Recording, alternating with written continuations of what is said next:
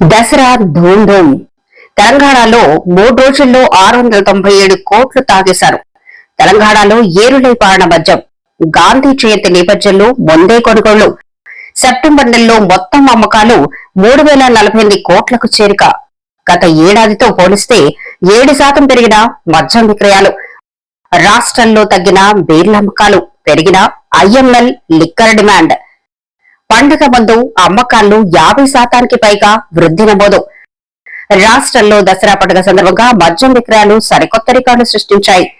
పండగకు తోడు గాంధీ జయంతి కారణంగా దుకాణాలకు సెలవు ప్రకటించడంతో మందుబాబులు ముందుగానే భారీగా కొనుగోలు చేపట్టారు. ఫలితంగా కేవలం 3 రోజుల్లోనే దాదాపు 700 కోట్ల రూపాయల విలువైన మద్యం అమ్ముడైంది. సెప్టెంబర్ 29 నుంచి అక్టోబర్ 1 వరకు రాష్ట్రంలో మద్యం అమ్మకాలు అనూహ్యంగా పెరిగాయి. సెప్టెంబర్ 29న 278 కోట్లు, 30వ తేదీన 333 కోట్లు అమ్మకాలు జరిగాయి. అక్టోబర్ 1న కూడా 86.23 కోట్ల రూపాయల విలువైన మద్యాన్ని వినియోగదారులు కొనుగోలు చేశారు.